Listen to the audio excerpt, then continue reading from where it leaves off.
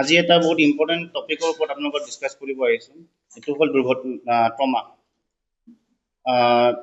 Trauma হ'ল one of the leading cause of death.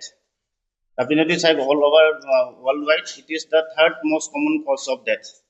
Specially যোনটো age group এই মানে দুৰ্ঘটনাৰ মানে commonest age group is 20 to 40 years old age, যোনটো one of the most reproductive period of life.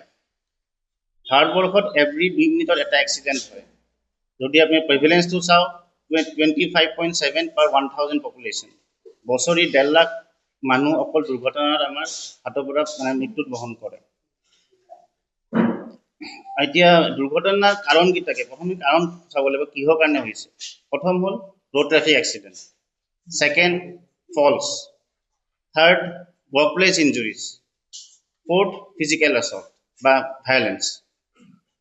যদি দুৰ্ঘটনাত চাওঁ ৰোড ট্ৰাফিক এক্সিডেণ্টত most common cause over speeding, seat belt নিপিন্ধা, হেলমেট নিপিন্ধা, drink and drive.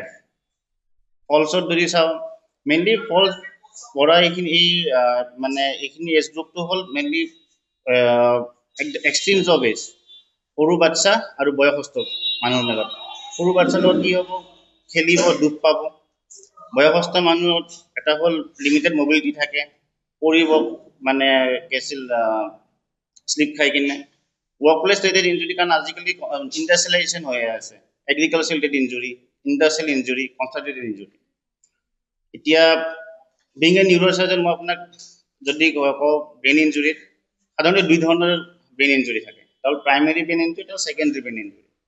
Primary brain injuries যোনটো হয় the time of injury, এক্সিডেণ্টৰ সময়। ছেকেণ্ডেৰী ব্ৰেইন ইঞ্জুৰি এক্সিডেণ্টৰ ফলত যোনখিনি প্ৰব্লেম হয়। মেইন পাৰপাছ পেচেণ্টটোক ট্ৰিট কৰা হ'ল ছেকেণ্ডেৰী ব্ৰেইন ইঞ্জুৰি প্ৰিভেণ্ট কৰা।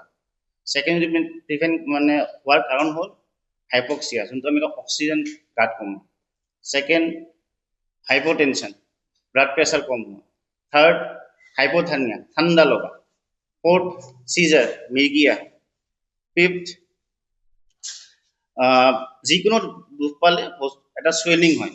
ছেইম ব্ৰেইনত যেতিয়া দুখ পাব ব্ৰেইন চুৱেলিং হয়, যোনটো আমি ইডিমা বুলি কওঁ, ইডিমা প্ৰিভেনশ্যন। এতিয়া যেতিয়া এটা মানুহৰ এক্সিডেণ্ট হয়, আপোনালোকে পালে যে ৰাস্তাতে কি হৈছে, কি কৰিব লাগে আৰু কি কৰিব নালাগে।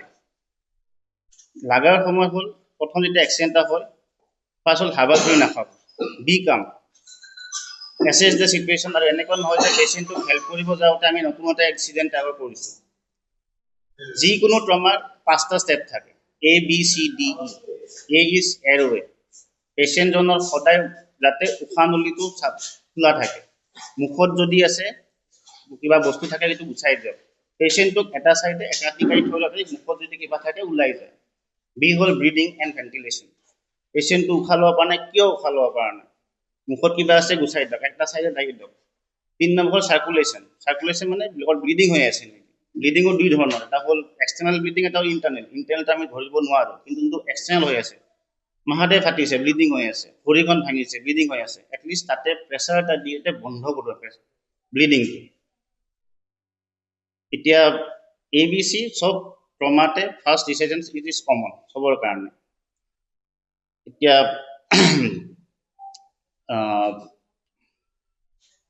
এতিয়া হ'লে আহিলে প্ৰিভেনশ্যন, কাৰণ প্ৰিভেনশ্যন ইজ অলৱেজ বেটাৰ আৰু prevention is the most simplest.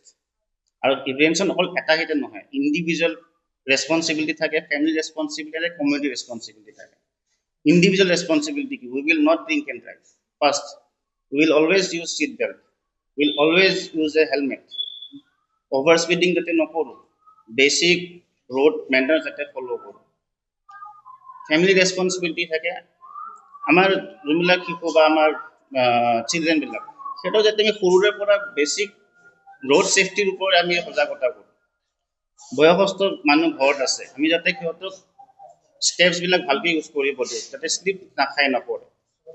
আৰু এটা হ'ল কমিউনিটি ৱাইজ ছাৰ্ভিচ। কমিউনিটি হ'ল তাতে আপোনালোকৰ মিডিয়াৰ ৰোলটো বহুত বেছি আহে, ইটছ পাব্লিক এৱাৰনেছ।